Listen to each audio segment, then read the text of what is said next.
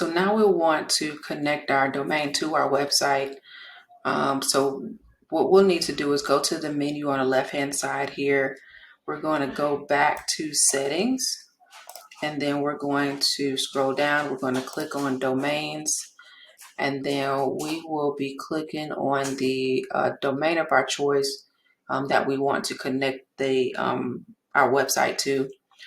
So let's try this bottom domain here, and we're going to click on the three vertical dots here on the right hand side. We're going to click on edit, and then the box will pop up for editing the domain, and we're going to go to default page, and we're going to click inside this box here, and then we're going to click on the default page that we want this to connect to, and then we'll hit save.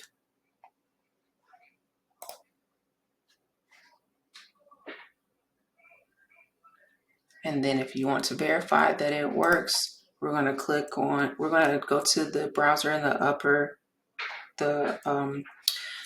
upper top hand portion of the browser here to type in the URL. So we're going to type in our domain, and then there you have your website.